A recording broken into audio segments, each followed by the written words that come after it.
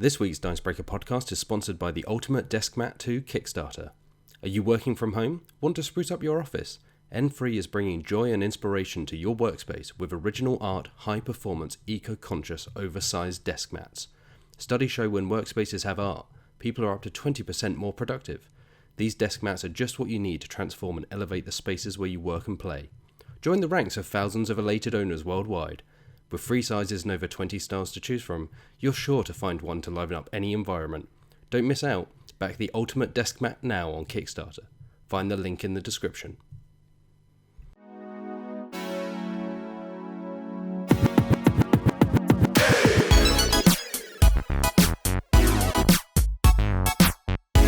Hello and welcome back to the Dicebreaker podcast. This is episode 16. It's our Sweet 16. We're sweet as ever, and something to do with the number 16. Other than Sweet 16, I don't really know what 16 is used for.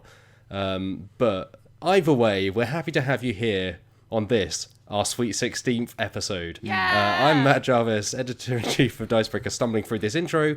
And this week, I am joined by 3 of the team. I'm joined by Johnny Chiodini, head of video for Dicebreaker. Johnny, how are you doing today? I'm all right, thank you. How are you? I'm doing okay, thanks. And we are joined by 2 more of the team, the Alexes, as they're collectively known, although you may know them as Lolies and Meehan. So yes, it's Alex Lolies. How are you doing? I had to pick one of you, and I immediately confused myself by having called you both Alex, which is just an immediate no-no in the Dicebreaker team. Hello, it's me, Alex Lolies. I just think this needs to be said right at the top of the podcast. It's a question that I think Meehan will stand by me. This is the Sweet 16th episode. Does that mean we both get cars, dads? Please. No. Wait. Ask your other dad. This podcast we'll find someone else. This podcast is produced in the UK, and the legal driving age here is 17, so no dice, I'm afraid. Oh, next week, okay. Yeah. No dice, fairy or otherwise. Yeah. Hanging in the... I think we should just get cars. But maybe just don't drive them. Just sit in them and pretend we're driving them. Yeah. Yeah. We'll just hang Model out. cars. Yeah. We'll sit in there and make car noises. I'll take one of those, those cars that fancy kids have, those electric ones. I'll take one of those. I can legitimately imagine me and Lolies driving around in one of those. Sunglasses on. Yeah, can't quite Sunroof fit down. inside. Yeah. They're not built for people of our size. Oh my god, please, let's do this. Of course, completing the team as I try to, get through the intro before we start talking about cars and other things that aren't board games, is Alex Meehan, the other Alex. How are you doing today, Meehan? I'm doing all right. Don't say because of the lack of a car. Well, I used to have a car, but then I had to get rid of it. So that's a little bit of a emotional spot for me, because I loved the car in a platonic way. But there's certain issues with parking. This is wild and really interesting. But yeah, I love that you had to clarify that was in a platonic way. Well, people might be asking. There might be a whole Wikipedia page on Meehan's car. What happened to it? I want to make sure they've got the details. But yeah, we should have a wild party, I think, Matt, for our Sweet 16. Yes. We'll see what we can do. Of course, the whole, there's no parties happening at the moment, so we'll see in about 6 months. And then okay. Well, we'll hold you to that. Please do not. We are here, of course, to talk about board games and tabletop RPGs and all manner of things on the tabletop, along with various other things, if that wasn't clear enough already. Yeah. So let's start. Let's go in reverse order this week. Let's start with you, me, and circling back round. What have you been playing recently? Oh my goodness, you got me on the spot. I have been playing... okay, so Lolies and I are going to have the same issue here. We've both been playing a game. We've talked about it on the podcast before. It's called Fort. Before. Yeah. Lolies played it at PAX Unplugged. East. East. Oops, One PAX of them. East. That's the one. And you seem to really like it, did you not, Lolies? More about that later. Yeah. And I've been playing it for the first time with my housemate, and safe to say I can see their hype. Hi. Yeah, just the lovely box, everything in it. The production value is. Oh yeah, it's beautiful, isn't it? I opened it and I was like, everything is so sturdy. Like I feel like I could roll over this with a car and it would be fine. Oh wow, more car talk, huh? Yeah, once I get that car, that'll be the first thing I do. You're gonna drive over a box of Ford. Well, no, I don't think the box would survive it. The actual pieces inside. They get all wedged in the little bits of the tyre. You've Yeah, just got like- like 12 tiny hexagonal pizzas just lodged in a tyre. Oh, that would be excellent. I can't say too much, but safe to say, I can see the hype. Other than that, I've also been playing more Clank with my friends. The original one, they were like, teach us how to play Clank, and I was like, okay, I'll get this really cool mod up and then we'll play it. And they really enjoyed it, and now I really, really want a physical copy of that game, so I'm going to be rooting around for one. And we might try some of the expansions at some point, because I've only played the base game. And I've also not been playing, but I have to talk about this. The others are going to be bored, because I went on about it on Friday. But this has to be, I have to tell other people, they need to know this happened to me. So, my housemate came back on Friday morning after going out and getting some stuff. And outside our flat, there was a copy of a game called ATMOSFEAR just sat outside there with a sticky note on it that just said, everything's in it except for the DVD. You can find them on eBay. That's exactly what the note said. And my friend was like, oh, I found this game. I'll bring it in. I was like, okay. And as soon as she brought it in, my eyes just like popped out of my head. Because I know this game. I know what it is. It's just this really weird, wonderful, very of its time, like 90s, originally VHS game, where a man just like yells at you. Not just a man, though. The gatekeeper. Sorry. The gatekeeper, as he says. And you have to like go around a board, and every so often the gatekeeper turns up on the screen, and he basically berates you and calls you maggots and tells you to get in the hole, I think it's called. And essentially it's just a very simple roll and move game, which usually I would hate. But the gatekeeper is what sort of elevates the experience above your standard kind of snakes and ladders scenario. It was it was originally released on VHS. I have a copy with the VHS still in it, and the game itself is still shrink wrapped incredibly. I'm waiting for the right time to bust that one out. But in the US it was called Nightmare, but it was renamed to ATMOSFEAR here because obviously there was a clash with Nightmare, the TV show. Yes, which I also love. So like there's a strange sort of like collection of things connected to Nightmare and Atmosphere, and just safe to say, as soon as she brought that in, I was like, it's got to be haunted. This has got to be cursed in some way, because I just find the odds of this happening to be like just off the wall. Like, I know it's available on YouTube, so I don't even need to get the DVD.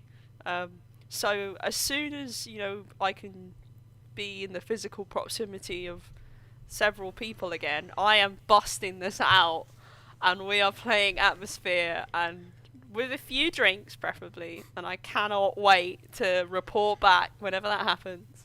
I do love the innocence of someone leaving a note to be like, oh, you can find the DVD on eBay, as if A, the specific DVD of Atmosphere is going to be sold by itself on eBay and it's going to be somehow just as easy to find as a complete copy of the game, and B, like, whoever finds that game isn't immediately just going to find it on YouTube somewhere.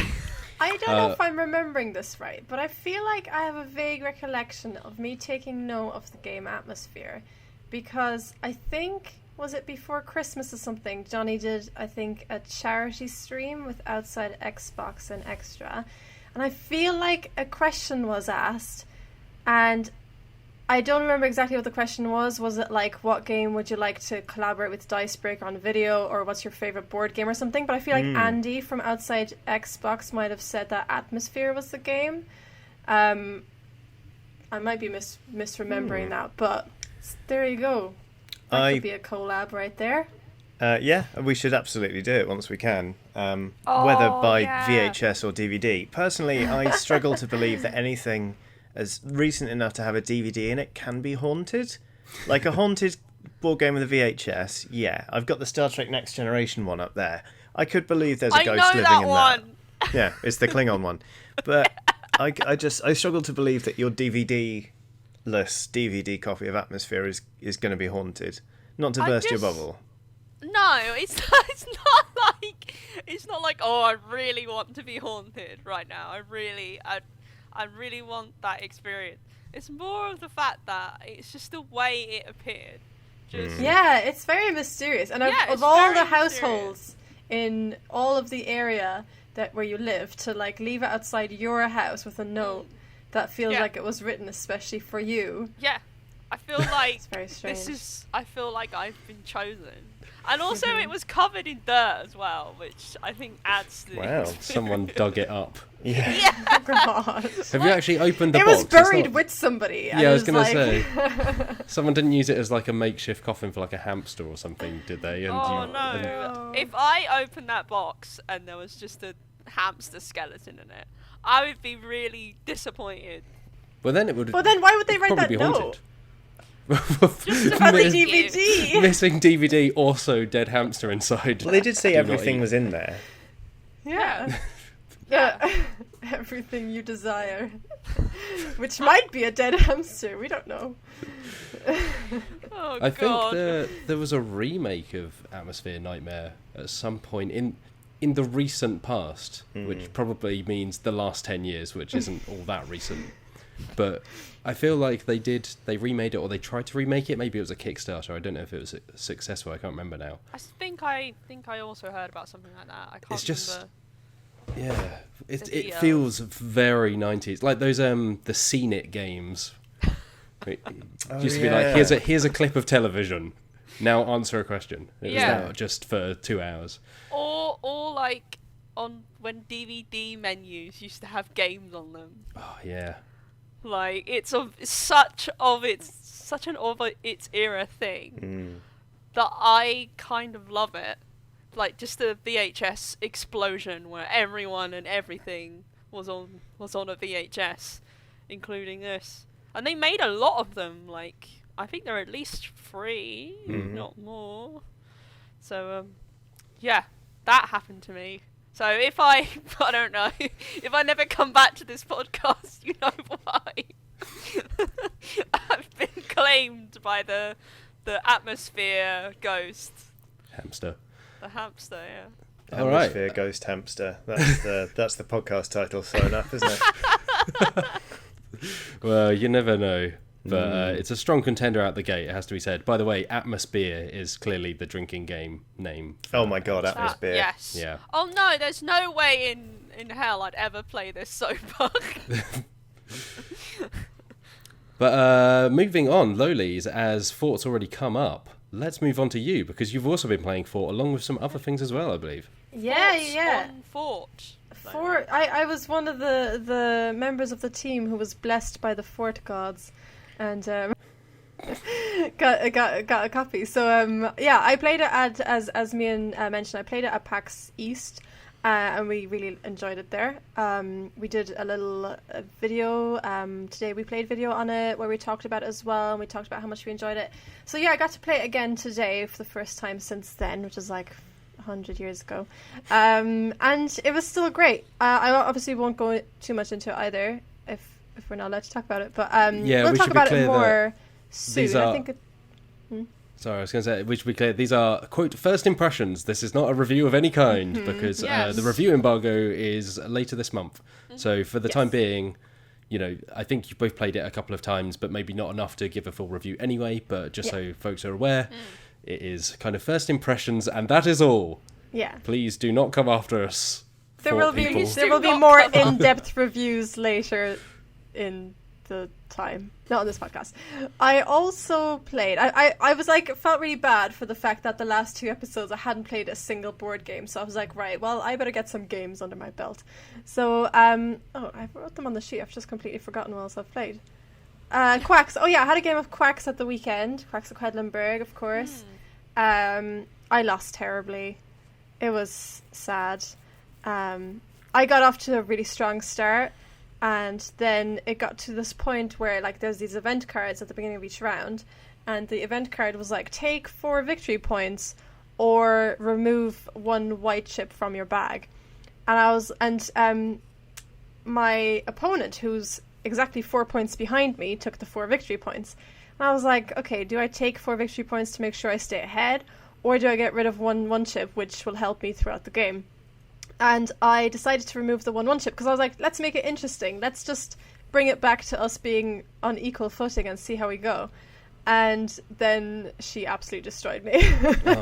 But I think those 4 points wouldn't have made a difference, to be honest. It was just a lot of choices that were made along the way. So yeah, I played that. And I played Tobago, which is one of my favourite games, but I never really play. And I actually really want to get a copy of it, but I don't have a copy of it, and I love it. And it's great. Have any of you played Tobago? I don't think so. Really? Oh, it's this really great game where you have an ATV and you have this map, and it's like a modular map because it's like, I think it's double-sided and they kind of fit differently. So you've got a couple of options of maps you can use. And there's different terrains. There's like mountains, rivers, shrubs, beaches, forests, I think. And you've got like 4 different color cubes: black, brown, white, grey, all my favorite cube colors. And you each have like a couple of cards in your hand that will indicate to you where, or like will narrow down the location of a treasure. And so like the card might say it's in the biggest mountain area, or it's next to a beach, or it's not in the river. And you play that card next to one of the coloured cubes. So I might play it next to the black cube. So I know that the black cube is not in a river. And then I can keep playing cards to narrow down the location. There's cubes on the map, and you eventually, like, you keep taking the cubes away, or placing down cubes, depending, until you like narrow down to 1 cube for each color, and then you like have to travel there and like get the treasure, and then it's great. There's a lot to it. If I try to explain it on this podcast, but it's really, really fun, and I don't think I've really played anything that's quite like it. But it's quite hard to get a hold of now, I think. I was going to say, is it, well, again, reset, is it like last 10 years? Is it older than that? I've never come across it before. Really? Yeah. It must be last 10 years, because it's like, it looks pretty, like, modern-ish for a board game. I'm going to have a quick look, because I'd like to know now as well. It's 2009, so... Oh, wow, okay. Just over 10 years. Wow, it that's actually older. A little bit like, have you played Cryptid? No, haven't. Because I don't know if it's similar at all. I think it was just when you were mentioning cubes and kind of searching for something. I think in that you search for like a supernatural monster or some kind. Okay. But I don't think you play cards, so it's at least a little bit different. But that's what it immediately reminded me of. But it sounds really cool. So I'm good. interested. Yeah, there's like these statues that move around. So every time you get a treasure, these statues drop an amulet, and then they like slowly turn in a different direction. And they always drop an amulet in the way that they're facing. And those amulets help you do stuff. It's so, like, the theme is great. Like, I love it so much. But I feel like you're not the first people where I've, like, talked about it and they haven't known what it is. So I don't really understand why it hasn't taken off, Blown maybe, up, or I don't know. Yeah, it's got 7.1 on BGG, which is fairly decent, but it's a good game. You should try it out. Yeah, it sounds good. I'll check it out. Have you also, on this note, have you played the Quacks expansion? I can't remember what it's called. Yeah, the which one? Yeah, I can't that's remember the what it's one. called either. I played it ages ago, but it's all right. It's it's fairly good actually. But there's one bit which I'm not very fussed. Have you played it? No, I've played the original game, and I don't know if we've ever spoken about this directly. I'm not that fussed by Quacks, and I know that you're a big fan of Quacks. Oh no. I don't think it's bad. I just think it's okay. Johnny's hiding. I've never met anyone who doesn't like it. I don't never dislike played it. it. I met one person who doesn't like it, but he was weird. Well, make that too. Oh wow, okay. I'm surprised. Have you only played it once though? No, I reviewed it, so I played it a load of times. Oh. But yeah, like again, like I didn't dislike it. I just came away thinking like, yeah, that's perfectly fine. Yeah, like it's neat the drawing from the bag stuff, but I just never felt any impulse to really play it after that or introduce it to other people.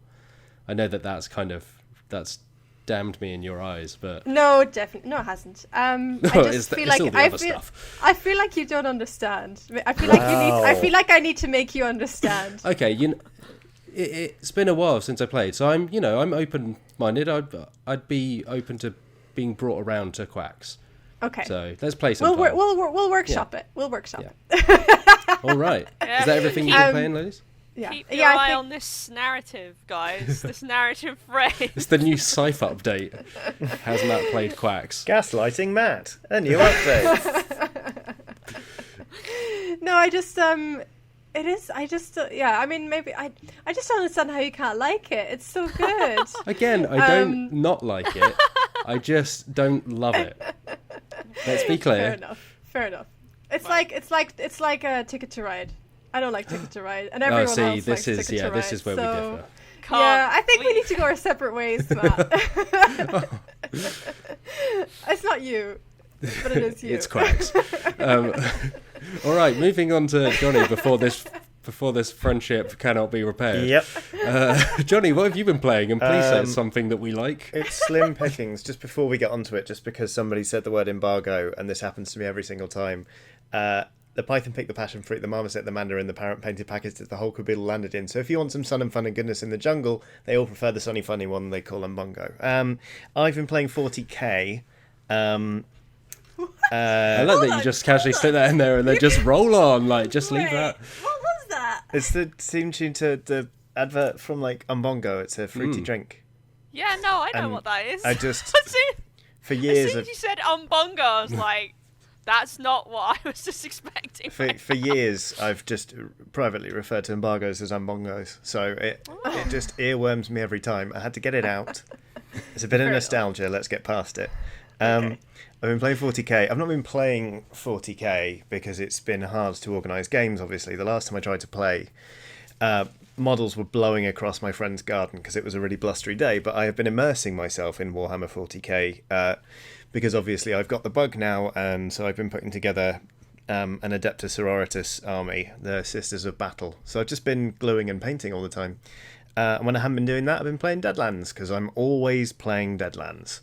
Deadlands tonight. Yeah, going to be playing tonight. And then I don't know when the next session I'm running is after that. And then I'm playing again on Sunday. A lot of Deadlands, basically. I'm in 3 different campaigns, running 2, playing in 1. So yeah, that's about the size of it. Not much changes. Are you still running your campaigns as reloaded campaigns, or have you moved on up to Wild West? One of them is fully set in Weird West. Weird West, sorry. With the new Savage Worlds rules. One of them is mostly in Reloaded because one of the characters is playing as a Blessed, and they changed the way Blessed characters work. Because in Deadlands Reloaded, you can cast pretty much any power in the game. You don't have to acquire it as a spell. You pray for it, and it gives you a negative modifier on your roll depending on how high up the power is. But so theoretically, you could cast anything. But now you just have power points like any other magic user. You learn powers in sequence, and also the impact of sinning has changed. So we're kind of building up slowly to that one. Yeah, and then the one I'm playing in is full Weird West. Then there's the Reloaded one, and the other one I'm running, which has both of the Alexes, is in. I'd say it's more Weird West than it is Reloaded at this point. So yeah. Yeah, we've definitely hopped over in some ways to Weird West in some of the changes. I don't know a huge amount of the difference, but from what I've seen and experienced, I generally like the changes. And it's good to have a GM who's willing to let their players sort of change things a little bit just to suit what they need. So well, it's kind of, we've moved to an updated rule set, so some of the skills don't really make sense at the levels some characters have taken them. So, you know, it's just, it only seems fair to be flexible. But most excitingly about Deadlands, they've opened up the Pledge Manager on the Kickstarter, so you can add little extras, including a little Marshall's tin star. So I'll have a little Marshall's badge to wear while I'm running the game, because I'm sad. Cute. we love that. I love that. Right, Matt Jarvis, Hello, it's me. what have you been playing? Before we move on, it's worth plugging a load of things that, well, Johnny in particular has done, because you've mentioned Warhammer, Deadlands, and something else that I've now has instantly gone out of my mind because Mbongo took its place. But of course, you can watch, well, both Alex's and Johnny and myself and Will's play Deadlands on the channel. The new Deadlands, The new one, in which Midwest. your characters from your off-screen game make an appearance as well. Yeah. Chelsea McGinty. Howdy and Charles And P. howdy, McGinty.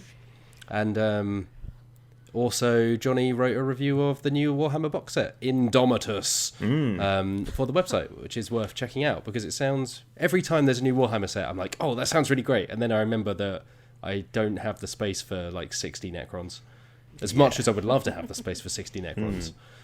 And I also have no one to really play against, particularly at the moment. So, but every time it just gets a little closer to the edge, and I'm about to break. Are you like those you know those coin things, the machines at amusement parks, and you're like hanging over the edge? Yeah. And people keep putting more in, and it's like pushing you, but you're still hanging on to the edge, and you're like, we're like, come on, drop already. Yeah. Like Except that. instead of like a single 2p piece, it's a 100-pound box of plastic. Yeah. Yes, but I haven't been playing Warhammer, but I have been playing something else, which is under embargo. It's a very embargo-heavy episode this week.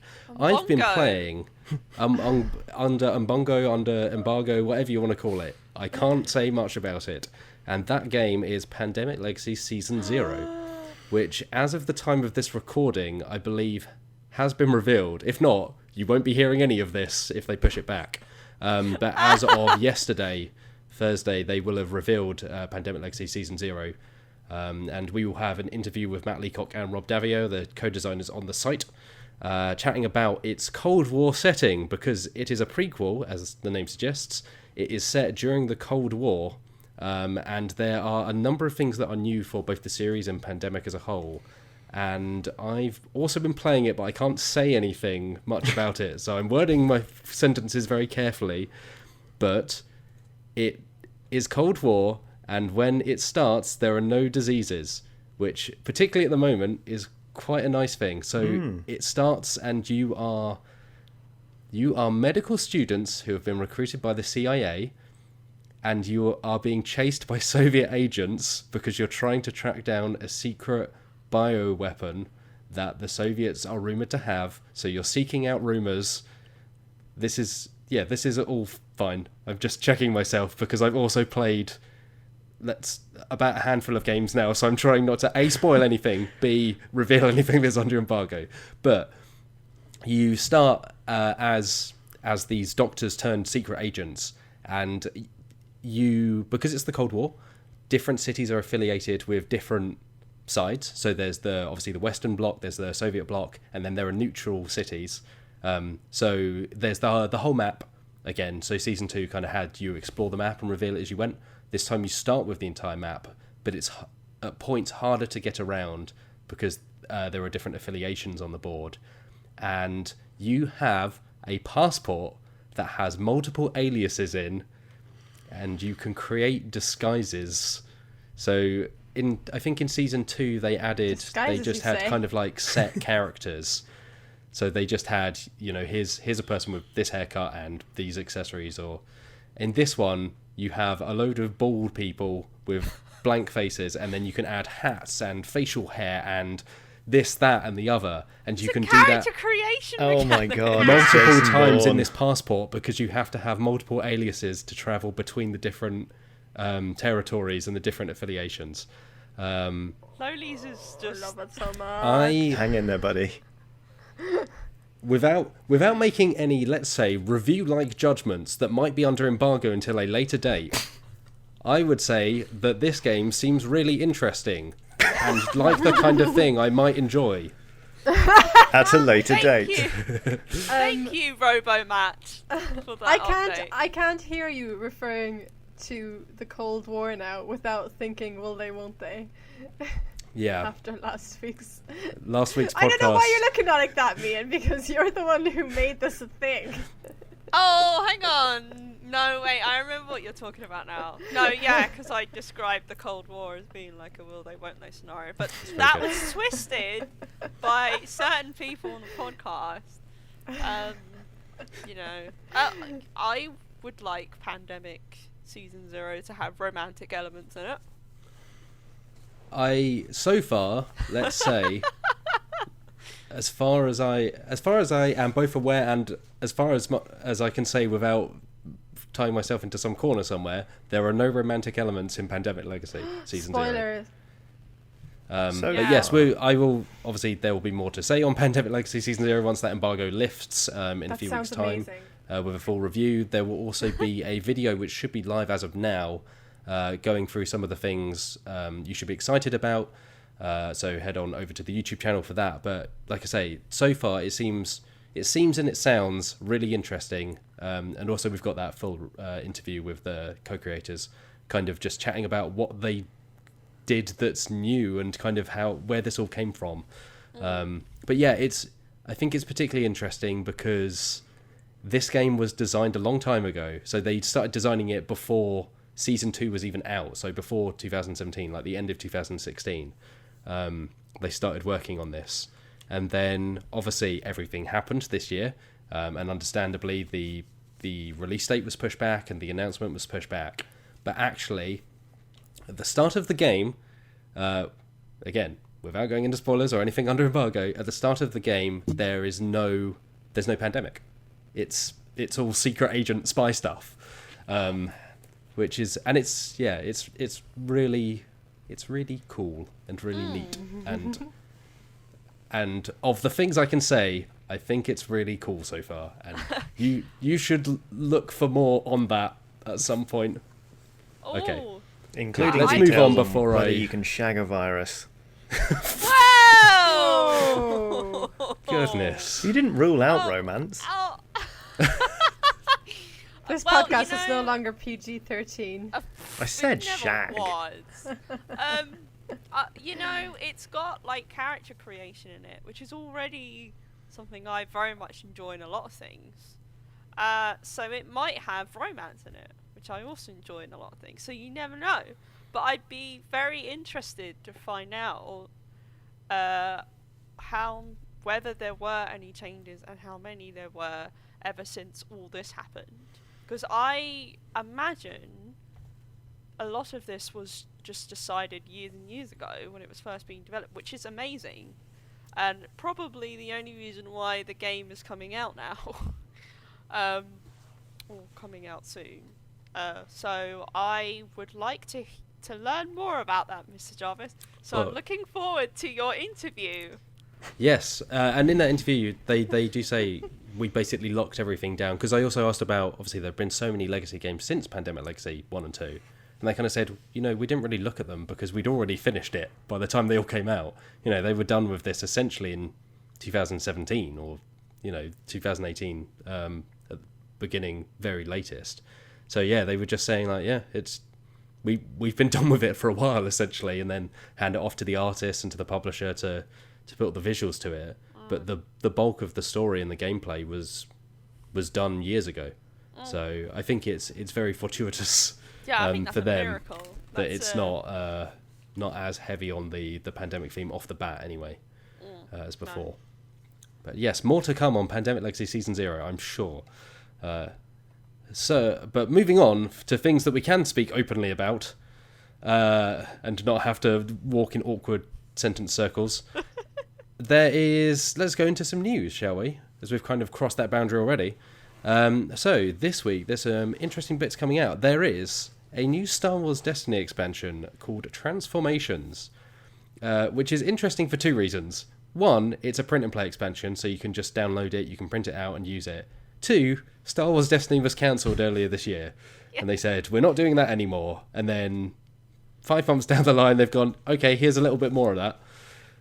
So these cards are available now. You can go to our site, you can go to Fantasy Flight's site to find the link. And they are, true to their name, they're transformations. So they are double-sided cards, which I think they're the first double-sided cards in the game. And they have some really interesting kind of throwbacks to the Star Wars series. So there's Anakin, and if a character on Anakin's side gets defeated, he then flips into Darth Vader and becomes like this rage-fueled, villain. Angst boy, yeah. Yeah, there's Luke Skywalker, who goes from, fluffy-haired Tatooine, starry-eyed teen to, missing an arm and confronting his father and all of that. There's Obi-Wan Kenobi, who goes from living to ghost. So he's a character, and when he gets defeated, he turns into the spirit of Obi-Wan Kenobi, and then he can attach to another card, such as Luke Skywalker, and help out there. And then there's some interesting stuff on the Imperial side with Stormtroopers. I think it's a series of cards all called Send in the Troopers. And when you draw one, or play one, your opponent has to can name one of the characters. And if they get it right, I think it stops them turning into an elite version of that character, but there are multiple that look the same, and then you flip them over and it can be one of several different cards on the back. So there's also Han Solo, who starts frozen in carbonite, and you can unfor him, or for him even. Unfor would be freeze. For him, to turn him back into Han Solo, rogue and scoundrel. I love the idea of Han Solo as like a frozen block. And like them picking him up using like a rope or something and swinging him around with some sort of weapon. People still having to defeat him. Like a soap on a rope. Solo on a rope. Solo on a rope is pretty good. But yeah, that's available now. That's kind of all there is to say on it. It's 12 cards. They're double-sided. But it's just interesting that, they cancelled it back in February, I think. What might have happened is this might have been an idea they'd had for a while, and then of course when whoever's decision it was to cancel it they might have been like, we've got this in the banks, it's basically done, we might as well just shoot it out as an act of goodwill. That's what I'm imagining happened. It's like when RTD2 and C-3PO creep aboard the escape pod and sod off to Tatooine. Yep. That's what it is. Yeah, exactly. Yep. Okay. I was trying to think of another Star Wars analogy. There's plenty, but let's not get into it. There's rumblings of a new Descent game. These are just rumblings at the moment. So Descent Journeys in the Dark, the kind of dungeon crawling fantasy game set in the world of Terranoff, which nobody really cares about, but boy, they're really trying to make you care about it. Yeah. They really want you to care about Terranoff. They're releasing all those fiction titles. And they put out an RPG supplement for Genesis. They really, really want you to care about Terranoff, but boy, Terranoff is just boring. A bit bland. Yeah. But Descent is it's a decent dungeon crawling game. I think the last edition came out in 2012. That was the second edition of Journeys in the Dark. So there have been expansions since then, and then they announced last year that they weren't doing any more expansions. And now, actually via one of those tie-in novels, trying to really get you to invest in Terranoff, there has been the suggestion that there is a new Descent game on the way called Legends of the Dark, Descent Legends of the Dark. So this was spotted by someone called Ian Short, and then Board Game Geek reported it. So thank you for that. But the description for the Shield of Daquan a Descent Journeys in the Dark novel on Amazon, included mention of, quote, a brand new edition of the hugely popular game, revealing the name Descent Legends of the Dark. And then they updated it to just say, oh, it's based on the really popular Descent games. Oh. So it vanished from that product page. But then, previously, people then dug this up. A Reddit user called IGATS, they found a US trademark filing on June the 12th from Asmodee North America for a game, or a board game or card game, the way trademark filings work, called Descent Legends of the Dark. So it seems to be pretty well backed up. But at this point, there's no further information. We've reached out to Fantasy Flight to try and find out more, but they haven't responded yet, and there's no official tease or suggestion of when this might come out or what it could be, whether it's a new edition of the same game, whether it's a different game in the same series. But the Shield of Daquan is due for release on February the 2nd next year, so it may be a while before we see anything more about this. And it's worth saying that trademark filing was only a month ago or so it's still pending at the moment, so this might be very early days, but it seems that something's afoot. I don't know whether I can physically wait for Shield of the Corn, whatever that book was called. I'm so excited about reading about the world. I just can't control myself. Enough of the sarcasm. I just want to say, it seems like Fantasy Flight have been experiencing a lot of like little slips lately in terms of things being rumoured and such, because they had Twilight Imperium? Mm-hmm. Yes. The first expansion for 4th edition was heavily rumoured, which we covered, with like a press release and box art and everything. And we did reach out, and unfortunately we've not had any response from Fantasy Flight regarding that. But like with Twilight Imperium and now Descent, it's like, oh, okay, quite a few things popping up Fantasy Flight, and yet they seem to continue just prefer the approach of we just won't talk about it. Well, yeah, I think no, carry on. I was going to say, I wonder whether it's down to everyone working at home, more things being sent over the internet. There's just more of a chance of something getting lost or being pinged to the wrong email address, or just being uploaded to an unprotected drive somewhere, and something slips out and then finds its way into the world. I was just going to say, if the rumours are accurate and this TI expansion is coming, 8-player Twilight Imperium 4, sign me up. It's going to be so stressful. I'm going to lose so many friends. I can't wait. Yeah. I do love that they keep the estimated play time at the same. I know. I think it still says 2 to 4 hours, or Good luck. It's so 4 to 6 funny. hours. You can That's maybe very ambitious. you can maybe smash out a 3-player game in 2 to 3 hours. Maybe 8 players, jog on, like book out a weekend. Are you kidding? You're talking 14 hours minimum.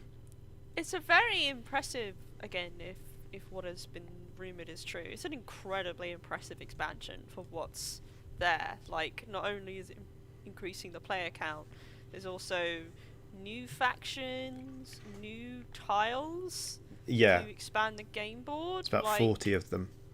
And Yeah, little that- mechs and a wormhole nexus, which was Yeah. added in expansions to TI3, but it's coming back. So I was a big fan of the Gravity Rift. Wormhole nexus. Let's do this. So this looks like, if it is true, it's going to be a really big, chunky addition to 4th edition. Mm-hmm.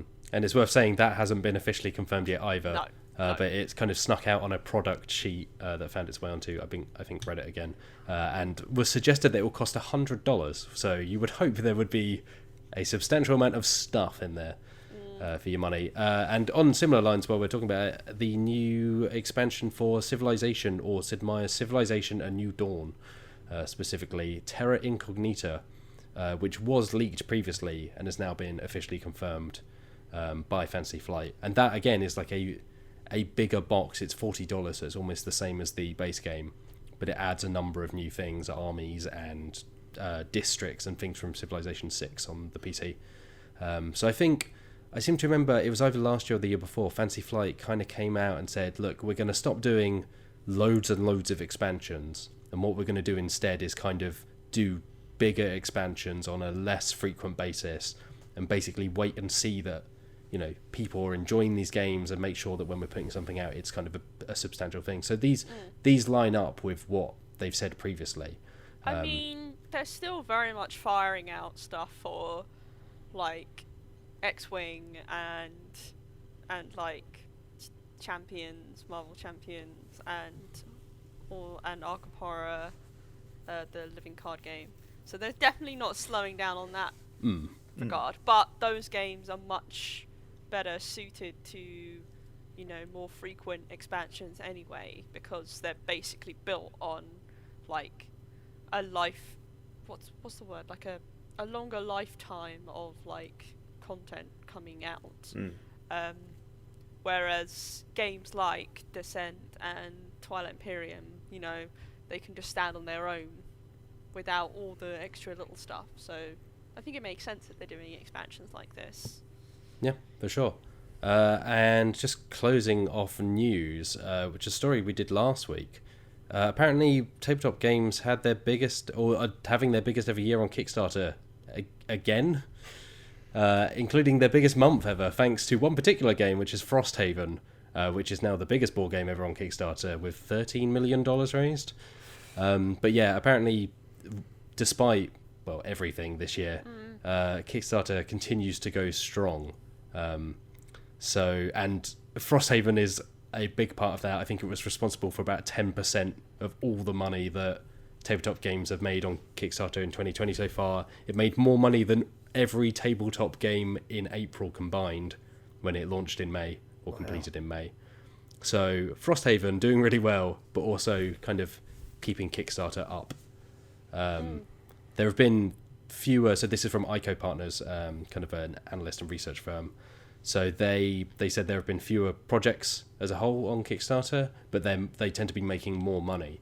So people haven't necessarily stopped putting their money towards these massive boxes.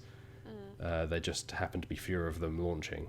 The thing is, Kickstarter's a weird one because having trawled through it every day for the last 9 months, you get the sense that there's a lot of stuff in there that just exists but doesn't actually do anything. So obviously, you know, certain projects get put on there that don't really go anywhere. Because, you know, people have passion projects and things. The stuff that tends to do well is the stuff built on, you know, designer names, publishers, the sequels, things like that tend to explode.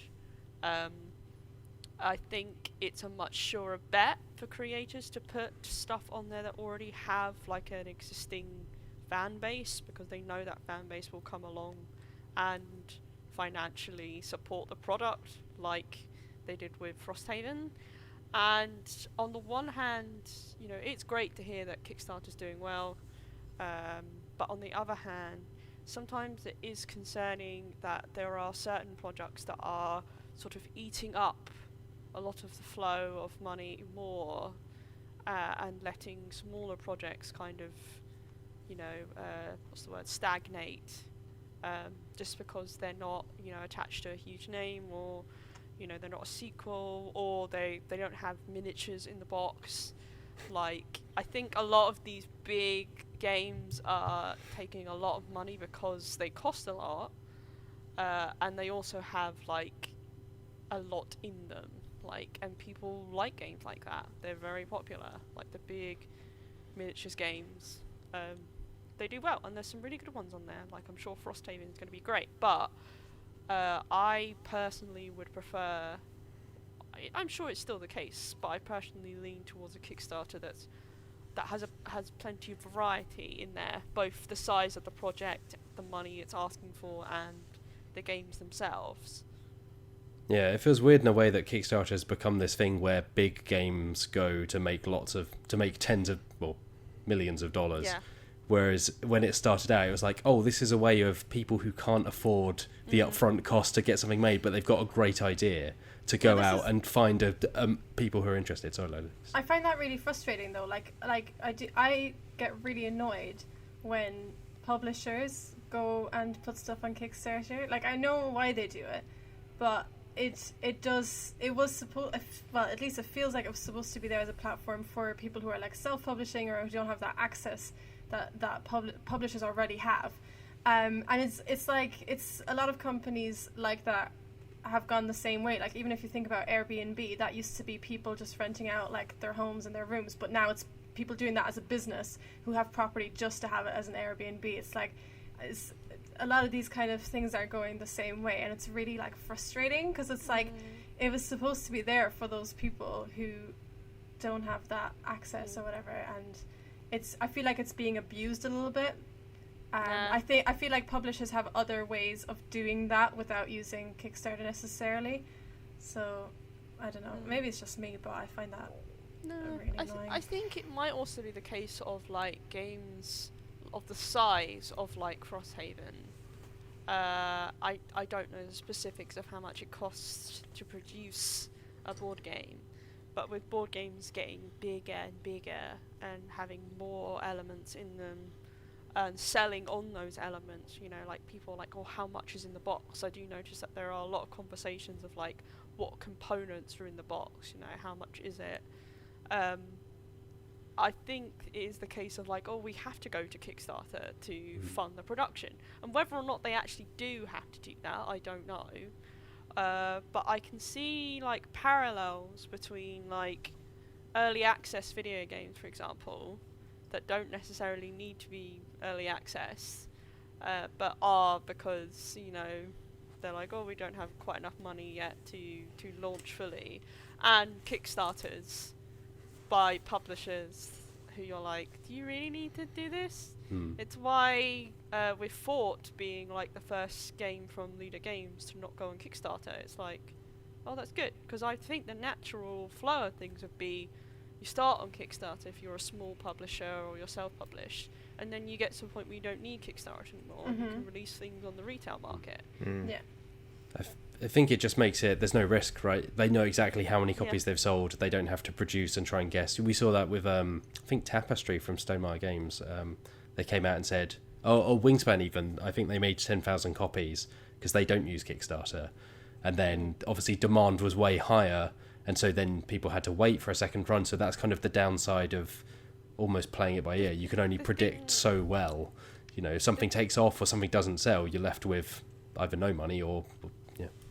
Yeah, the thing is though with Kickstarter is it can be the case of once a game leaves Kickstarter, then you might not see it again ever or for a very long time. So it makes things less accessible for people who don't want to bank their money, which they might not have much of, on something they're not sure about. I do think that providing a retail option is really important, because it means that people can get an idea of, oh, this is worth me investing my money in. I'm going to get a copy now. I just think there's a lot of iffiness around Kickstarter. That's my issue, though, with like established publishers using Kickstarter, though, because I'm sorry, saying like, oh, it's hard to predict, like, you know, if we have too much stock or too little stock. That's business. If you're making a product, that's just something you're going to have to deal with. Like, all other companies who make products have to try and just make a guesstimate of how many, like, they think they need to produce. That's just how it works. Like, if you're going to be making a product, that's what you're doing. So, like, I think, especially if you're a more established publisher, you need to just get better at working that out. Or put it to, you know, I mean, you're gonna have events where you can put it in front of people and get feedback. Like, there's other ways to go about it. Like, I understand, I think it's important for people starting out because they don't have that money to like risk, and they don't have maybe the like traction to try and figure out what works. But that just comes back to, that annoys me. Like, you should know what you're doing at this point if you're more established and are having to And also, like, people will wait. If it's that good, people will be, like, really excited for the next print. And surely, like, it'll take a few months, but, like, once you've made it, it shouldn't take a huge amount of time to get more copies of it made. It depends how many dead hamsters you're putting in the box. Yeah, it's a complex thing because there are like a number of board game publishers, because it's not a huge market outside of Hasbro, you know, and maybe Fantasy Flight is up there as well, and they obviously do go direct. They don't tend to use Kickstarters, but you know, I don't think there's any downside for them at the moment. They kind of get the marketing of Kickstarter. There's no risks to them, and as long as people keep backing these projects, they'll keep putting them on Kickstarter. Yeah. I think it's interesting to see the comparison with something like GMT Games, who make Twilight Struggle and a load of niche war games. Yeah. They don't use Kickstarter, but they have their 500 program. So they won't print a game until there's at least 500 kind of pre-orders for it. Yeah. So it's not quite Kickstarter because they're not taking that money until it gets confirmed. But people are able to kind of say, oh, I'm interested in that. And then once they know that they've got enough interest, they then print it, which I think is a really good way of doing it, and a way that feels genuine to, you know, it's not just kind of playing off the Kickstarter hype. But it's such a complicated thing because a lot of publishers, even mid-range ones, survive from game to game. You know, it's a huge financial investment to print 5,000, 10,000, even more copies of a game, to store them somewhere, to ship them. And especially, so why take that risk when it could sink your entire company? Especially if they're of a significant size and they cost a lot to produce. You know, I can imagine it is a huge risk for most publishers whenever they release a new game. But I don't know, it's a very much an industry and a community built on like created hype. So what people are talking about, and also particular names in the industry. You know, it will ride a board game can ride off like a designer name, you know, like Jamie Stegmaier, or like, you know, once someone, you know, a certain group of people knows that a designer's involved in something, you can pretty much guarantee that like a lot of them are going to be interested in getting it. So I think it just needs more balance, and it shouldn't go fully in the way of like certain Kickstarters dominating like the market. And obviously, because there's a limited time they can be on there, I think that will help, you know, balance things as well. Because like, you're not going to have a Kickstarter that lasts all year. You know, it is a set time. So once that's over, then like others can kind of get a look in. Yeah. Shall we move on to some... Actually, I'm not going to move on to emails yet, because we actually have some releases this week. Only a couple. Releases are kind of flowing, or I say flowing. Releases are dripping out just a little bit. Just a little, like, bloop, into the bucket. So last week, or as of July 9th, so that was last Friday. I could check the calendar. It was last Thursday. This is how it goes, folks. Don't ever remember dates or things. Anyway, Undaunted North Africa is out. We ran a review a little while ago. I think Will's played with one of the designers on the channel. Correct. So if you want to take a look before you pick it up, there are places to do that on this very website. But I wrote the review and I enjoyed it very, very much. I thought it was even better than Normandy, which was already a very, very good game. So I would absolutely recommend checking it out. And it's only 2-player, so it's relatively easy to find someone to play with as well. I think there's a tabletop simulator mod as well if you need to play over the internet with someone. Yeah, and I think that's a demo. Yes, the yeah. game. Yeah. And they also announced an expansion. Well, they've announced it for next year, right? So it's a ways off. It's very peculiar. Yeah, they announced, I think it's called Reinforced or Reinforcements. It's very weird. It's literally not set to come out until next year, and it's just extra cards. Yeah, well, it lets you play with, I think, up to 4 people, and then solo as well. So yeah, you can do teams of. So it's still 2 teams, but it's teams of 2 people each, and there's a solo mode included as well. So, you know, it's not like Skimpy, but it's still like, why are you waiting?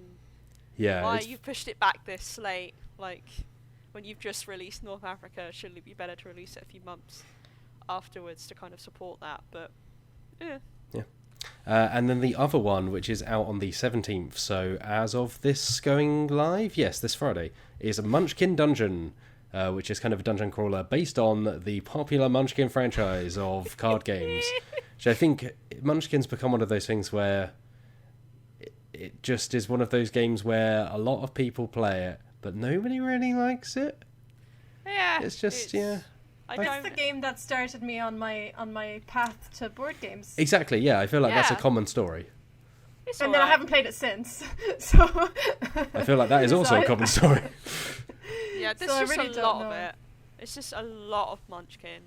I think they're milking that sweet milk. Oh, they've been doing that for a while. And it's not Sweet been mun- sweet for a long munchkin. time. It's sour and It's just- chunky. The sour milk of Munchkin. Now that's a That's podcast another one, title.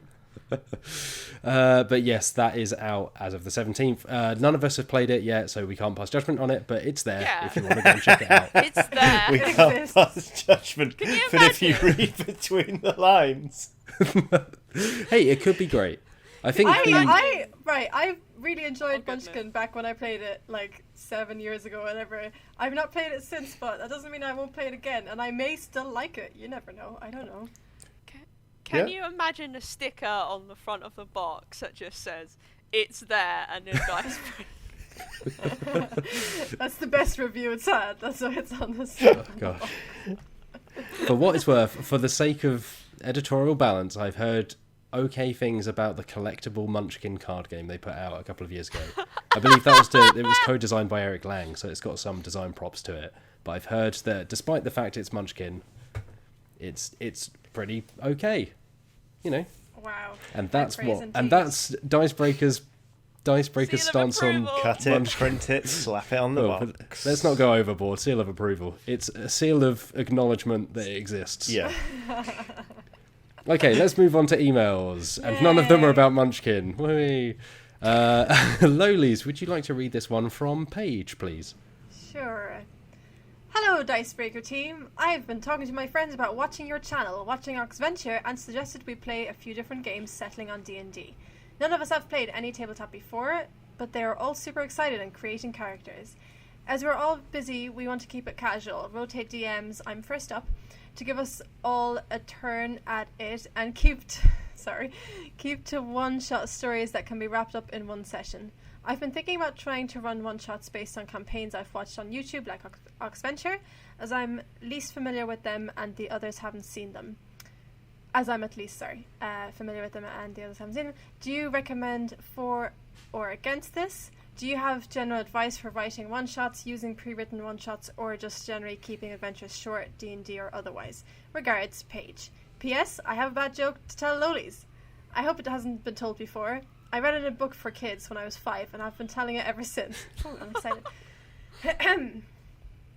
What did the grape say when the elephant sat on it? Nothing. It just gave out a little whine. Thank you, Paige. I thoroughly enjoyed that. That's very good. Wow. So, a lot in there, a lot to unpack. Go.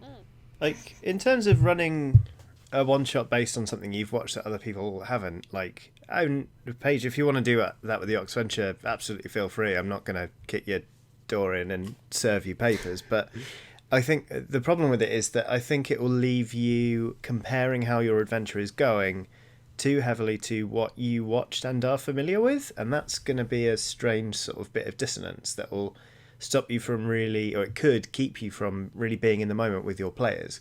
Because if you're thinking, okay, this is the bit where they go over there and find the thing, and they don't go over there and find the thing, you don't want to be sort of low-key panicking, thinking, oh, hang on a minute, why aren't they going over and finding the thing? I reckon I think it's always best practice is to give it a shot and try and write something for yourself. Like, you can take inspiration from things as a way to get a feel for how long it should be. Like, how many locations do they go to? How many quote-unquote scenes are there? Is there a lot of fighting? Is there not very much fighting? I think you can get everything you need out of the stuff you're already watching to run a session, but you can make it entirely your own, because I think that would be more rewarding. Because like the Oxventures are they're their own thing, but you don't have to copy them in order to have a good time. Yeah, agreed. I think like Johnny's completely right, and kind of adding to that, I think you can like take broad strokes of sorry Johnny, the Oxventure where they go to a haunted house, the name of which I can't remember. Neither but can you could look at that and go, oh, I really liked the fact that they were in a haunted house, and just take that one idea, but don't necessarily feel like all the small details need to fit in there as well. Like just be like, oh, I liked when they did that, or I liked the broad kind of arc of that. Like Johnny said, just taking that kind of rough framework, but then colouring it in yourselves, I guess, to mix metaphors immediately and say it much less coherently than Johnny did. But yeah, I think draw inspiration if you're not confident in yourself, but part of it is you'll learn as you go as well. I would say that every single RPG campaign I've ever made has been inspired by something, not so directly inspired by another RPG campaign or by an actual play, video, or podcast, but like by television I've been watching, or films, or often video games, things like that. Usually it's something that I'm particularly, like, obsessed is not the word, okay, but,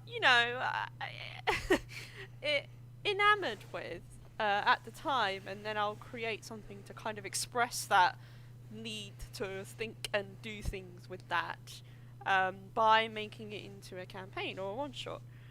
So, like, I'm the firm believer nothing is truly original. You're always taking things from elsewhere, but, like, if you just base it on an existing campaign, yeah, you're going to compare yourself, what you're doing, what other people are doing, to what's already happened, and I think that can be really dangerous, because with actual play podcasts and videos, series becoming more popular, people want to experience, that they're like, oh, these people are so awesome, they look like they're having so much fun, I want to have that. But the thing to remember is, a lot of the people DMing that stuff have a huge amount of experience. They have many other skills and talents as well. The people playing the characters are often, incredibly talented and, individuals who have a lot of experience, like with Critical Role. You cannot expect to have the same level of experience there. There I was, thinking you were going to build a Dungeon Breaker. Oh, they're all so talented. They've all got so many skills, just like Critical Role. Yeah. Sorry. Never mind. Awkward. No, we're all wonderful on Dungeon Breaker as well. That's why the people love us. Wow, but, that was such a backhanded compliment. I can taste. We give it a go, blood. don't we? We give it a go on Dungeon Breaker. We have a laugh. We give it a go. Try our best. Look, okay. We tried. We're brave. We were there. We attended. We exist. I'm on Dungeon Breaker as well. Like, what? I'm gonna, like, kiss my own butt? Like. Anyway. Oh no, we're the Munchkin of D&D groups. Oh, that's not just the there. podcast title. No. Can it be we give it a go? Or we exist? It's here. Yeah, and like Quest was made for those reasons, because like TC Sotek wanted to create a RPG that would allow people to have those kind of similar experiences. But yeah, go as Fleetwood Mac once say, you can go your own way. Slowly just sung. Away. Lovely one. All Yeah. right. Well, thanks, Paige, and Ditto. thank you for the joke. I should have said this more up top, but if you have a question for the podcast, you can email podcast@dicebreaker.com. And Or always include a joke for me. yeah, we actually have had quite a few, and I've had to space them out over different episodes because otherwise it would just be a joke podcast. But rest assured, there are more. I There mean, are some would always say more. we're already a joke podcast, Matt Jarvis. Hey.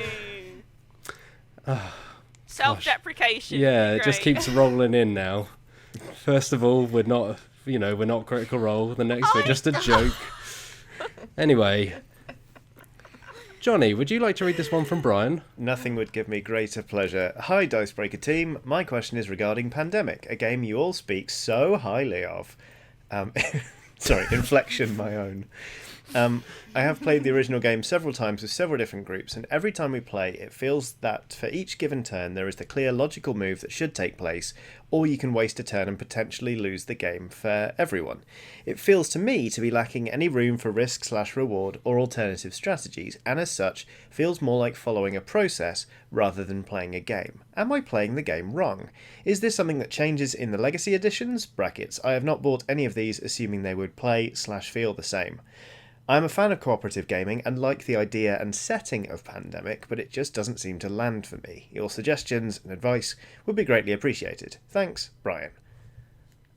It sounds like Brian, you are playing the game correctly. It's the simple fact of co-op games like Pandemic. There will always be an optimum move to take. It's just the challenge comes in whether you can all see it and think ahead far enough to get those synergies going and ensure that, as you know, what may feel like the best move for that character in that instance may actually leave the next person not set up especially well. It's kind of like thinking a few turns ahead in chess. A lot of it is just about planning and making the most logical decision with a view to setting yourself up for future turns. And you know what, if that's not engaging, wouldn't worry about it. Play something else. Yeah. I would say, so Pandemic, there's the option to add in more epidemic cards to make a harder difficulty, which you might find that you're stuck between two, like a rock and a hard place, more often, because certainly you can get into a rhythm if you play with the same people a lot as well, where you're just like, oh, I know what to do here, we're going to use this like this, and you just wipe the board and you win time after time. I would say with Legacy, Seasons 1 and 2, because I can't speak to Season 0. But Seasons 1 and 2, I think they actually do a really interesting job with putting you in more situations where you won't have a perfect outcome. Partly because your actions have permanent consequences in a lot of cases. So if there's an outbreak, there are cases where you will have to put a sticker on a board, or things will change permanently, and therefore that will then change future games. So it changes a lot more as you play again and again. And also, Legacy has a built-in kind of balancing system. At least two of the Legacy games, let's say, have this balancing system, where you start with... Stop making me talk about Pandemic Season 0. I won't do it. So you have a funding level, because you're working for a health organisation, and it starts at X number, and that's the number of event cards you have in your deck. And if you win a game in a month and progress to the next month, your funding level then goes down, so you have fewer of those helpful cards. So it kind of then tries to find a level where you might win 2 games, but then things have shifted enough where the third one you don't win, so you'll have to repeat that month. And things like that. So I think actually Legacy does a much better job of throwing up new challenges, because there are also new rules, new kind of gameplay elements, but it's very much designed where you're not going to have a perfect sweep month after month.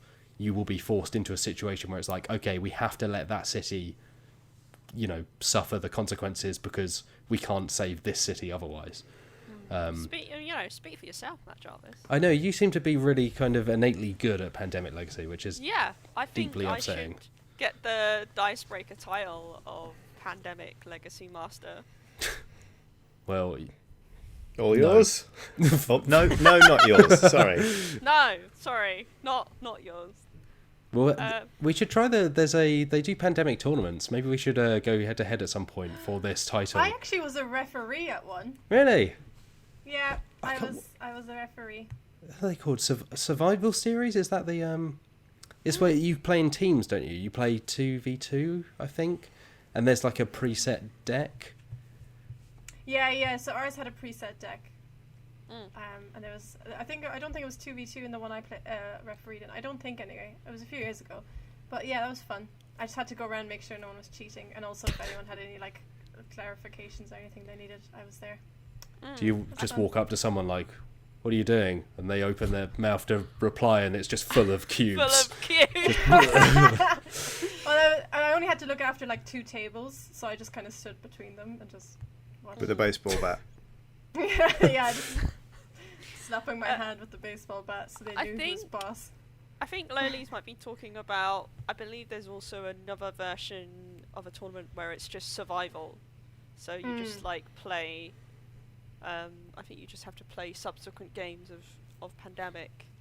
And whoever basically survives the most games, I think, is the winner of the tournament. So I think I was part of one at a board game cafe. It wasn't like an official one or anything. It was just like a, casual one. I don't think I did very well from what I remember. So, Oh, well, the Pandemic Master falls. It was years ago! All right. Meehan, would you like to read this one from Will? Oh, I would, yes. Will says, "Hi, Dicebreaker. My question is about the best way to teach board games to people. I find people tend to glaze over when explaining the rules of board games. I was wondering if you had any tips or tricks on how to teach games to new people, especially to those who are new to games or are playing slightly chunkier games. Hope you are all staying safe and well. Keep up the great content, Will." We are staying safe and well, I believe. Mm-hmm. So we've answered that question. Lolies, I feel like you're the go-to guru here. We've had this question quite a few times, but... Mm-hmm. I was actually teaching a game just today, and So what I usually do is I'll kind of give an overview of like what the goal is and just like general things that they're trying to do, and then after that it's very much like I'll hold your hand for at least the first few rounds while you get to grips with all the kind of other rules, and I'll like walk you through your turn and stuff like that.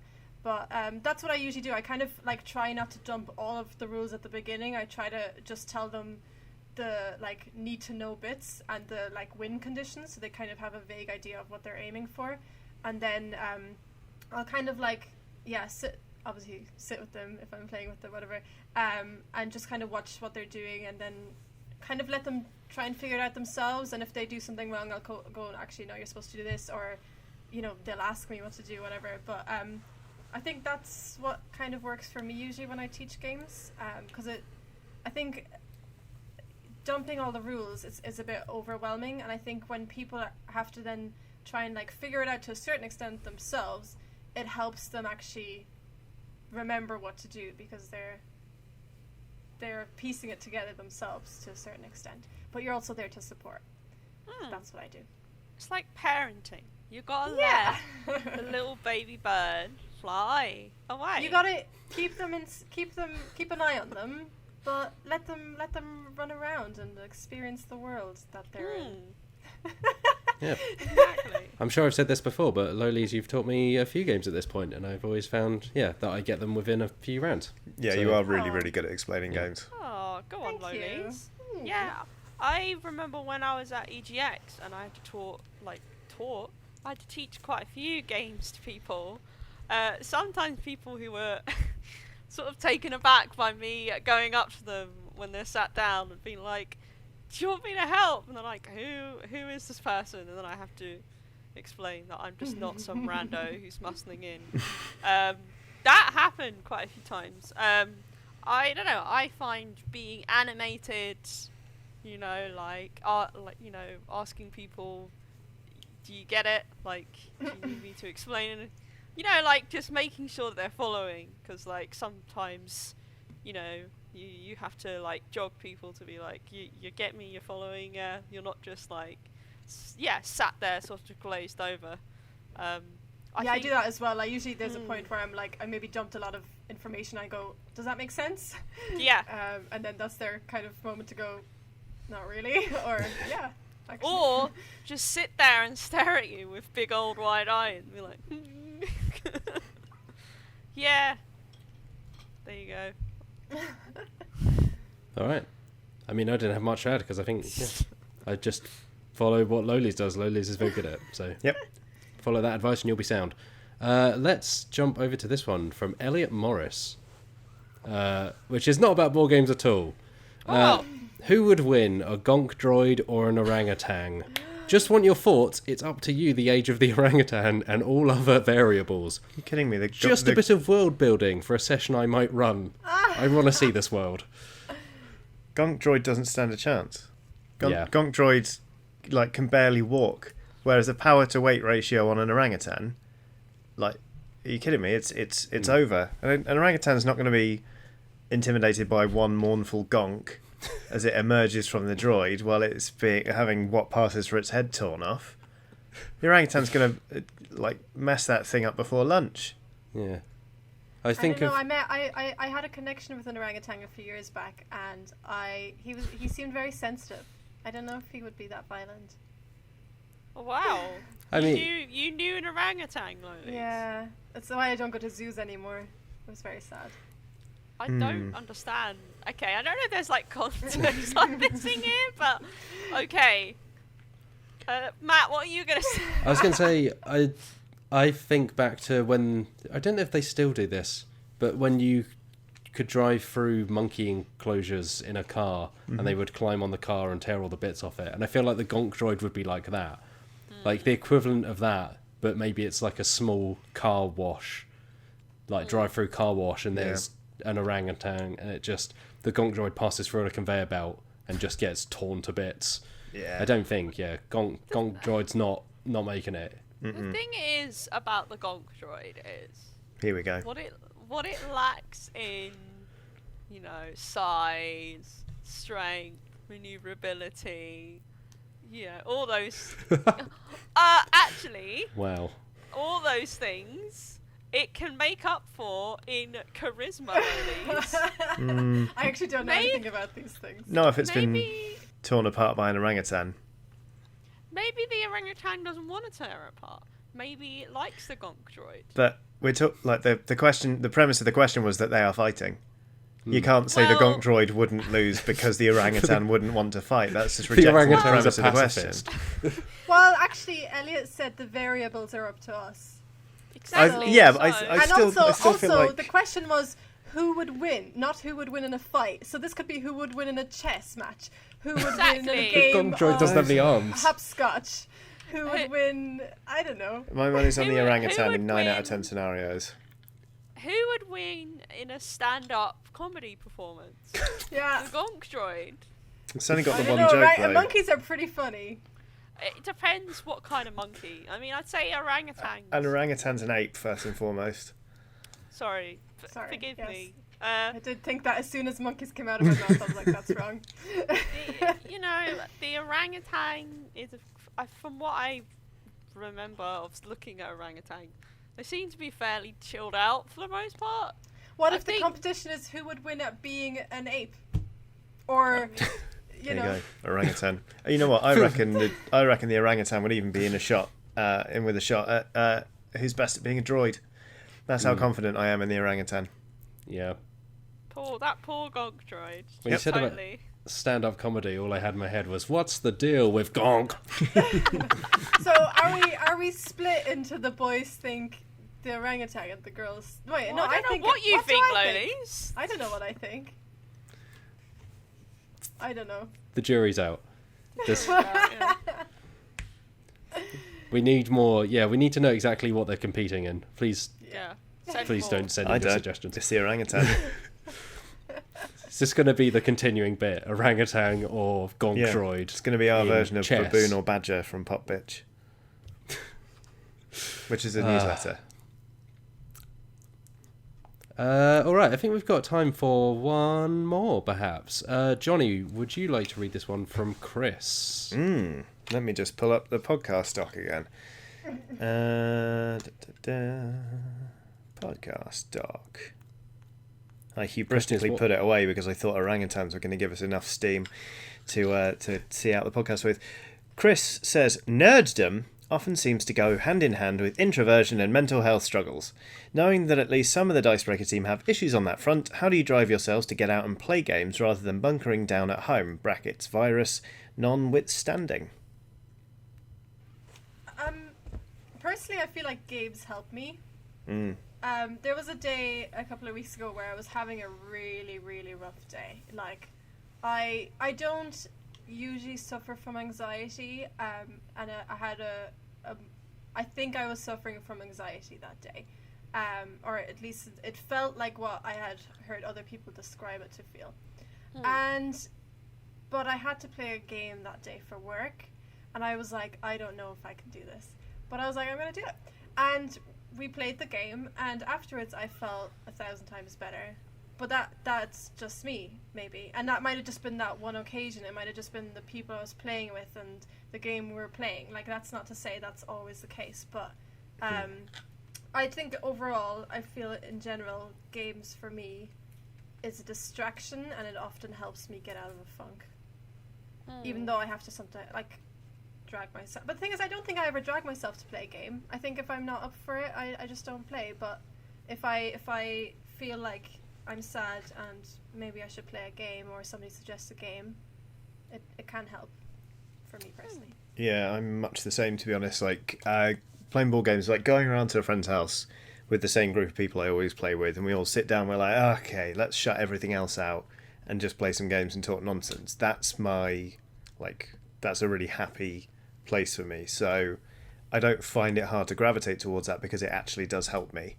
I think much like Lolies, like, I think the trick is knowing when I'm like just going through it a bit too much to go out and play games. I suffer from anxiety quite a lot, and I don't know, games give me something to focus on that isn't me or the people around me. It's like we can just all look at the same thing and talk about them, talk about that thing rather, and kind of focus on it. But if I am ever struggling to go out, I find thinking about what types of games I want to play is really important. Being like, okay, what game would soothe me right now? What type of game experience would I not be able to get on board with? Like, how complex are we talking? How adversarial?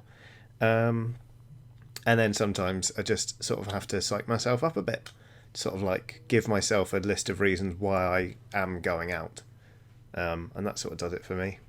I think it's also okay if you start a game and you realise through it that you're not able for it. I think it's also perfectly fine to just step away and just be honest with yourself and with the people you're playing with, because at the end of the day there's no point in dragging yourself through an experience you've maybe realised that you're not up for. Yeah, agreed. Like, I get quite severe anxiety at points, and I think games like Johnny and Lolies have said, in some ways it's not like I love board games and I like the experience of them, but in some ways the beneficial effects of board games are more what come as the result of board games rather than the game itself. It's being with friends, it's having that focus, like Johnny says. And so actually, I love board games and I love particular board games, but sometimes it could be almost any game, and it's more the situation as a whole. And like I said, there's no point forcing yourself to play a game thinking like, oh, this will make me feel better, or trying to make someone else play a game. It's just what you feel makes sense in the moment. I find D&D is helpful for that as well, just in terms of, okay, I can embody someone else for a while. I can just play up this character, not worry about my own insecurities or neuroses or whatever it might be. I can just get into the head of this character, and that's a focus for me, and B, it means that I can almost detach myself from the outward expression of myself, if that makes sense. So I don't suffer from social anxiety so much. Like, I tend to find going into social situations, even with people I don't know, that doesn't spark any issues within me. Like, anxieties that I get tend to be around, like, whether I feel control of my life situation in general. But, like, I do sometimes have anxieties around playing certain kinds of games, particularly ones that I feel like I'm not especially good at. And, like, feeling very, sort of, like, when everyone else is kind of grasping what's happening and I'm just struggling. Even when I'm, like, adding up points at the end of a game. Like, I'm so bad at mathematics. Like, particularly mental maths, and I really struggle with adding up points. So if like everyone else is doing it, I have to use a calculator. I just can't do it in my head, and even then sometimes I struggle to keep track. And like there's certain elements of board games that I'm not very good at keeping track of either. Like if there's loads and loads of things to manage. It's why Euro games I'm not really hugely into, the genre, because I do struggle with managing all that information, and then I'm like, well, I'm really rubbish at this. Like I find that a lot of people take playing board games too seriously, and they particularly focus too much on the competitive element. So obviously if they don't win, or they're used to winning and they lose, then like that can be a serious blow to their mental health and their self-esteem. And I think a lot of people benefit from maybe just stepping away from that element of board gaming.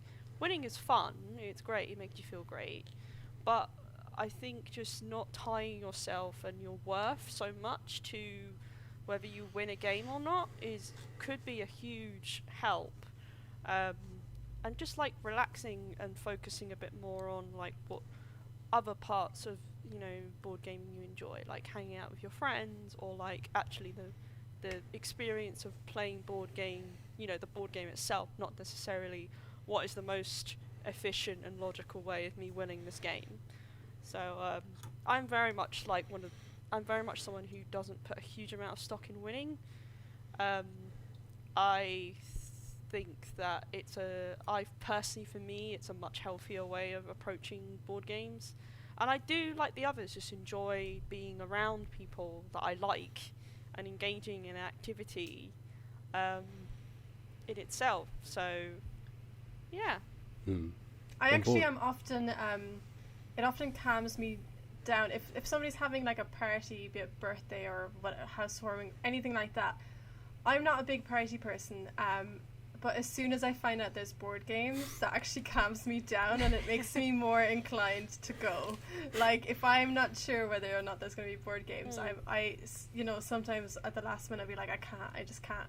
But if I know there's board games, I'm like, okay, there's something I feel comfortable there, and something to distract me, and, something just, that presence actually calms me down sometimes. Yeah, sorry, man. I was just going to say quickly, I would say that, like, the thing that really puts me off, and I think it puts a lot of people off playing board games, is when there is an atmosphere or a feeling of, like, intense, we know this game, and you have to play this game, and you have to know it, and if you don't know it, then, you're going to get funny looks, or you're going to get a sense of, like, why are you here? Like, why are you playing with us?